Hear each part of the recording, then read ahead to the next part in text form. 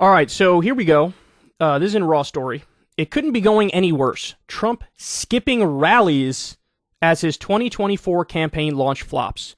Wow. That's crazy. So look, I mean, I remember when he launched his campaign, we covered it. But yeah, I haven't seen like a single thing about Trump since then. The only thing I remember seeing was, Nick Fuentes and Kanye West meeting with him. That's all I remember. After that, it's like, he's gone. Where is he? What's he doing? He's having geriatric orgies with Carrie Lake at Mar-a-Lago. That's what it looks like is going on. Some Eyes Wide Shut style stuff. So they say, in an analysis on how things are going for Donald Trump since his overly hyped 2024 presidential campaign launch at Mar-a-Lago weeks ago, Guardian political analyst David Smith claims the former president has lost the sizzle that made him such a hot property in 2016 as he skips the type of political rallies in front of supporters that have kept him in the eyes of voters. As Smith notes, what has followed is Trump being involved in controversies like meeting with notorious anti-Semites at his Mar-a-Lago resort, as well as a major criminal conviction in a Manhattan courtroom and multiple criminal and civil lawsuit investigations closing in. As Smith wrote, the swagger of 2016 has given way to somnolence, good word, never heard it before though, in 2022. Opinion polls are grim, legal setbacks are piling up, a run of dismal results in the midterm elections culminating in another Republican loss in Georgia this week have punctured his aura of invincibility within the party. Adding, quote, Trump has performed astonishing acts of self-sabotage, from dining with anti-Semites to calling for the Constitution to be shredded, has eschewed a wide-anticipated spree of public rallies, instead remaining largely out of the public gaze. Smith suggested in most cases this would be the beginning of the end of any other politician's political career. By the way, he is also, on a daily basis, or at least every other day, he's been going on like a spree of retweeting QAnon insanity. Yeah, he's self-radicalized. He used to be the Fox News grandpa, then he morphed into the One America News grandpa and the Newsmax grandpa, and then he became the QAnon grandpa. And the more he does that, the more he loses his normie touch, the less likely it is that he's going to win. Quote, it couldn't be going any worse, he explained. And it's not because Donald Trump is making mistakes, it's because Donald Trump is being Donald Trump. Having said that, Lichtman elaborated, he was something new and fresh and interesting back in 2016. He has presided over 3 disastrous election cycles for Republicans in 2018, 2020, and 2022, and he's the same old Donald Trump, caring only about himself, wrapped up in his own grievances and his own whining. It's just not playing anymore for the American people. And that part is true, man. When he sort of, gratuitously went after Ron DeSantis, a lot of people on the right were like, hey, hold on here, son. Hold on here. Because now you're going after a guy who we actually like. When you were going after low-energy Jeb, everybody loved it because nobody likes Jeb. When you're going after little Marco Rubio, who likes to... Everybody liked that because nobody likes Marco Rubio. When you were going after, I'm Ted Cruz, me. Everybody liked it because nobody likes Ted Cruz. Now you're going after the guy who has emerged as the heir apparent to your throne. We don't like that.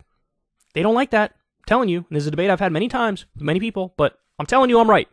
The right did not like him going after Ron DeSantis and made DeSantis more popular and Trump less popular. But it is funny that after all these years, they're like, hey, turns out this guy's really selfish and doesn't care about anybody but himself. Really? You don't say. It took him going after DeSantis years and years and years in for you to realize that? Unbelievable. Unbelievable. According to The Guardian Smith, so it was that Trump's Mar-a-Lago speech was widely derided as a damp squib. What's with these words he's using? Lacking his usual bombast and brio, and even his daughter, Ivanka, has decided to sit this one out. Since then, the campaign has been running on autopilot, and little has been seen of the former president hunkered down in Florida, venturing out only to play golf. That part, I will admit, is mega-based. Just playing golf every day. That's the life right there. More importantly, he observed that the Trump allies that should have followed the 2024 announcement are nowhere to be seen. Quote, Trump's rambunctious campaign rallies, expected to give early momentum to his 3rd consecutive run for president, have mysteriously failed to materialize. In June 2015, by contrast, he declared his candidacy after riding down an escalator in New York and held his first rally in Iowa just 10 hours later. Moving on to New Hampshire a day later, he wrote. So last time, in 2016, he announces. Oh, wait, they are talking about 2015, 2016 here. When he announced back then, does the announcement and then goes and does a whole bunch of rallies and gets people excited.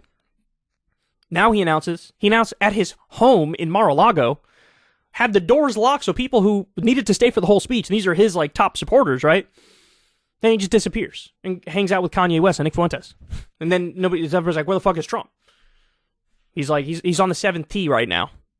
He's hitting his 3-wood off the tee. What are you doing? Now, look, of course, every caveat you can imagine in this story.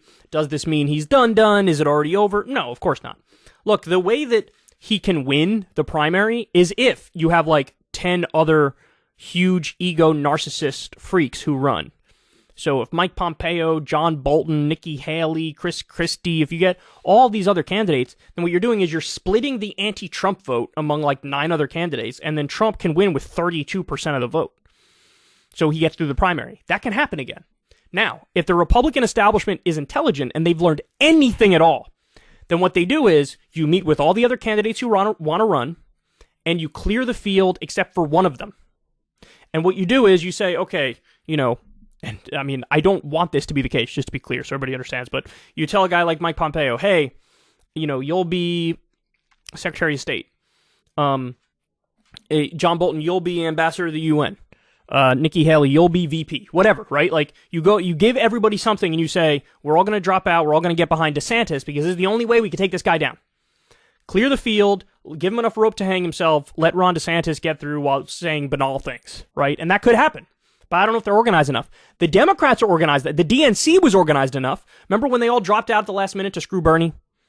You got Beto O'Rourke and Mayor Pete and Amy Klobuchar and all these ghouls are like, oh, I'm dropping out and Joe Biden's the one. And so at the very last minute, they saved Joe Biden and screwed Bernie.